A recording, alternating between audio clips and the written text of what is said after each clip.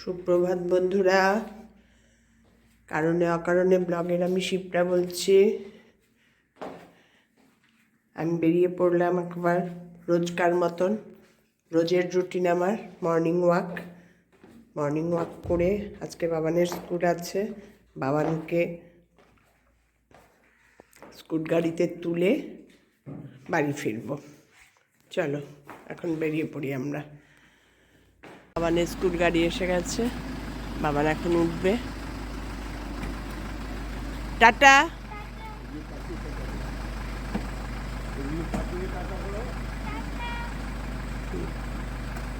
Tata.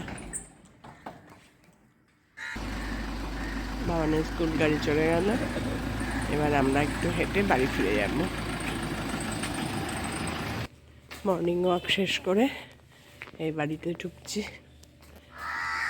ভালোই লাগে গো, morning walk না করলে না, করতে করতে একটা নেশা হয়ে গেছে। এবার সঙ্গে থাকো, মর্নিং ওয়াকের পর কি করি চলো সঙ্গে থাকো। মর্নিং ওয়াক সেরে দুজন চা নিয়ে বসলাম। চা খেয়ে একটু রেস্ট নিয়ে তারপরে রান্নাঘরে ঢুকবো। আজকে রান্নার অত ব্যস্ততা নেই, ঝুম্পা আসবে না, যার জন্য আমারও তাড়াহুড়ো নেই, ধীরে সুস্থে।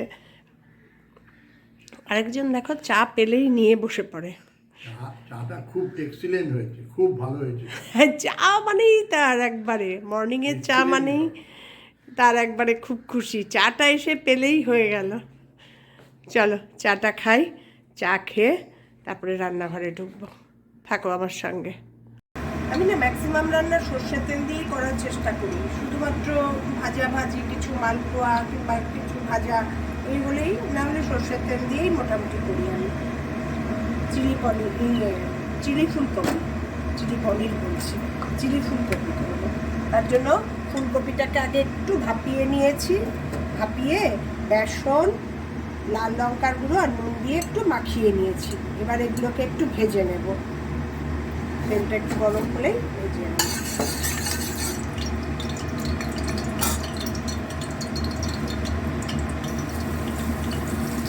খুব বেশি বেসন দিয়ে করবো না, জাস্ট একটু গায়ে লেগে থাকার মতন। আর ফুলকপিগুলো একদম ছোট ছোট করে কাটতে হবে, চিলি ফুলকপি। এবার এটাকে একটু ভালো করে কড়া করে ভেজে নেব।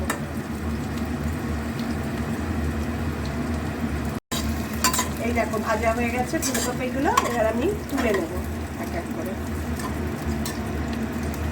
এইভাবে সবগুলো ফুলকপি ভেজে নেব। ফুলকপিটা ভাজতেই একটু যা সময়, তারপরে তো আর বেশিক্ষণ সময় লাগবে না, খেতেও ভালো হয় গো।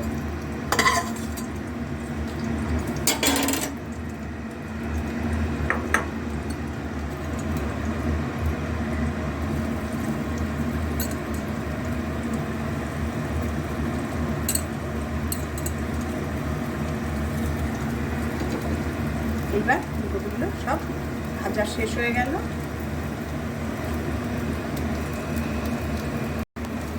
ফুলকপিগুলো সব ভাজা হয়ে গেছে, সব তুলে নিই। আর একটু তেল দিতে হবে, ফুলকপিতে তো একটু তেল লাগে। আমি তো তেল যতটা পারি অল্প অল্প করে দিই বাবা, আরেকজনের তো বেশি তেল খাওয়া বারণ। আর দেখবে কোনো রান্না আছে তেল ছাড়া ভালো হয়ও না, একদম তেল কম দিলে ভালোও লাগে না খেতে। ডাক্তাররা যদিও বলে তেলের কোনো টেস্ট নেই, তেল অল্প খাবেন, কিন্তু তাও দেখো রান্না কি যে করে সে বোঝে, রান্না করতে গেলে তোমার একটু তেল লাগবেই, পরিমাণ মতন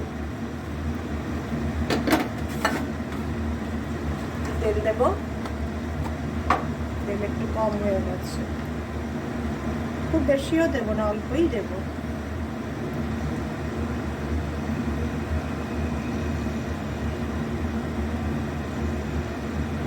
একটু গরম হোক। এই চিলি ফুলকপিতে তুমি পেঁয়াজও দিতে পারো, পেঁয়াজ না দিয়েও করতে পারো, তবে আমি আজকে একটু পেঁয়াজ দিয়েই করব, কারণ পেঁয়াজ না দিলে কি বলো তো টেস্টটা ফুল হয় না। ওই ক্যাপসিকাম পেঁয়াজ এই দুটো একটু ভাজা ভাজা করবো, একটু জাস্ট নাড়াচাড়া করবো করে তার মধ্যে এবার একটা পেস্ট বানাবো।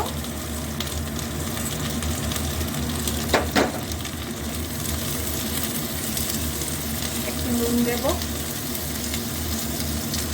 আর নুন খুব বেশি একটা দেবো না, কারণ সস দেবো তো, সসের মধ্যে নুন থাকেই, সোয়া সস বলো টমেটোর সস বলো তার মধ্যে নুন থাকেই, ওই জন্য নুন খুব একটা বেশি দেবো না, অল্পই দেবো।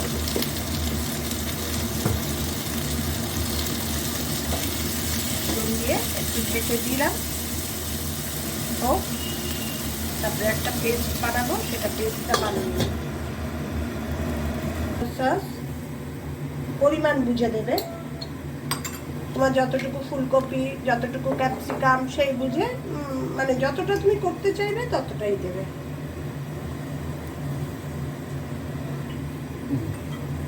সোয়া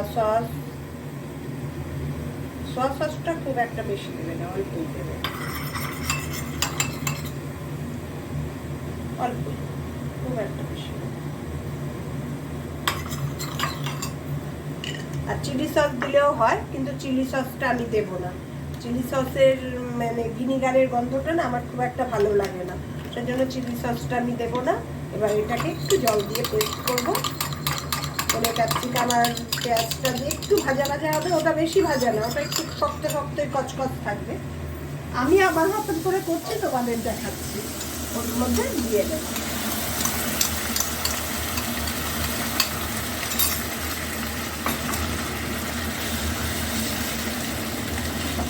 তার মধ্যে একটুখানি কাশ্মীরি লঙ্কার গুঁড়ো দেবো,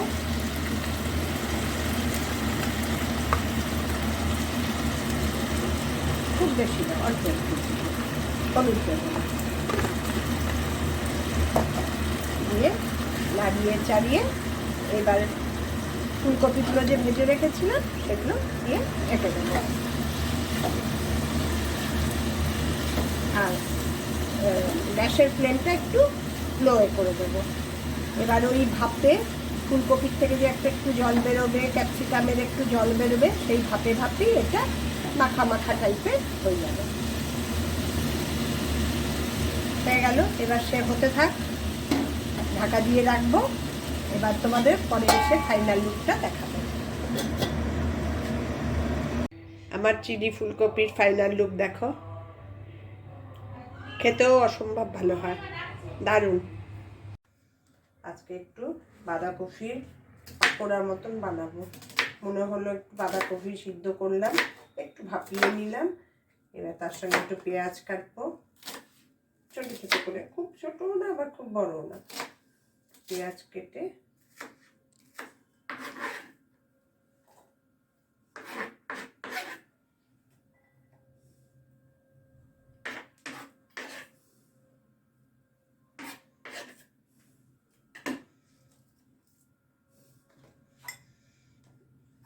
একটু বাঁধাকপি সিদ্ধ করে একটু ভাপিয়ে নিয়েছি, সেটা দিয়ে দিলাম।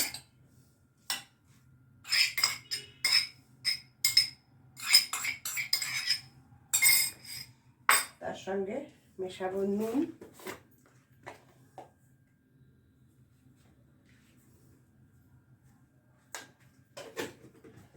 একটা কাঁচা লঙ্কা কুচো কুচো করে দেবো গন্ধের জন্য,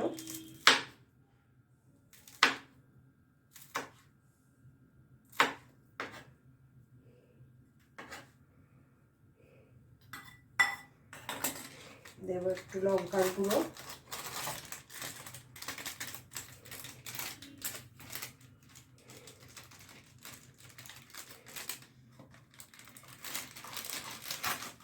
দেবো একটু চাট মশলা, থাকলে দিলে, না থাকলে না দিলে, আমার ছিল তাই একটু দিলাম।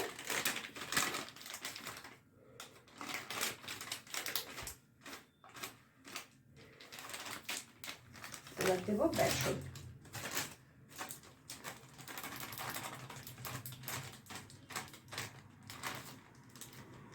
দিয়ে সবগুলোকে একটু মাখবো। এক্সট্রা জল দেওয়ার দরকার নেই, কারণ বাঁধাকপিটার মধ্যেই জল জল ভাব আছে, এই জন্য এক্সট্রা জল দেওয়ার দরকার নেই।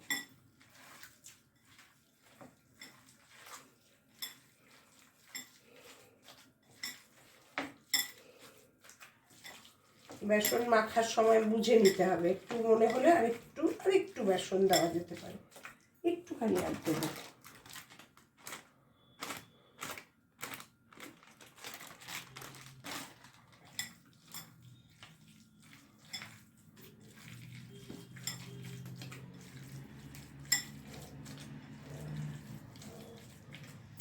এবার মেখে রেখে দিলাম, এবার ভাজার জন্য রেডি করি।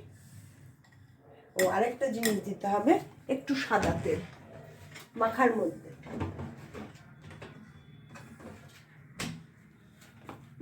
একটু সাদা তেল দিতে হবে। সাদা তেল দিলে কি বলতো, কড়মড়া ভাবটা একটু খুব সুন্দর হবে। একটু সাদা তেল দিয়ে মেখে রাখতে হবে। এই বড়াটাও ভাজবো পুরো সাদা তেলে।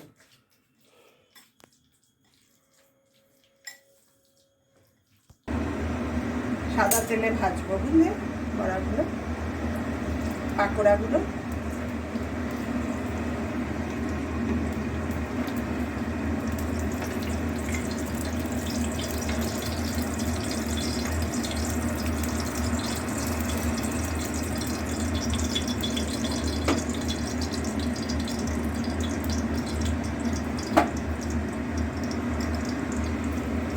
এবার পাকোড়াগুলো ছোট ছোট শেপ করে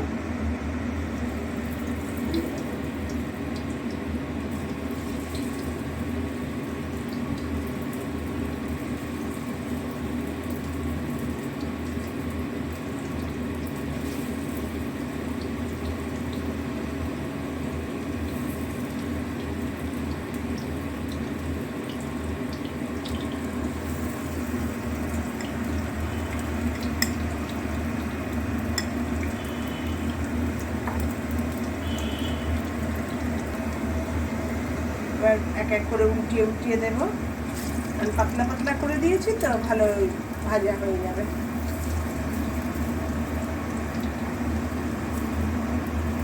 ভালোই লাগে সন্ধ্যেবেলায় একটু, বেশ পাকোড়া হলো, চা হলো, ব্যাস আর কিছু লাগে না সন্ধ্যেবেলা। আমার হঠাৎ মনে হলো যে আজকে বাঁধাকপি দিয়ে পাকোড়া করি।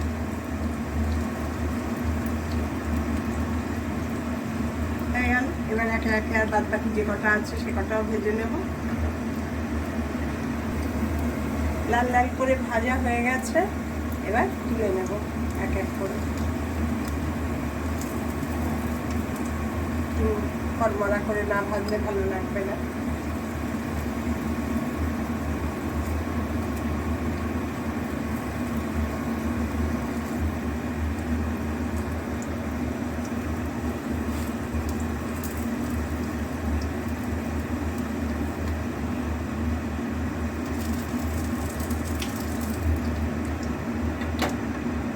আর যে কটা আছে সে কটাও দিয়ে দেবো। এইভাবেই সন্ধ্যেবেলার স্ন্যাক্স বাড়িতে বানানো, চটজলদি, কোনো ঝামেলা ছাড়া।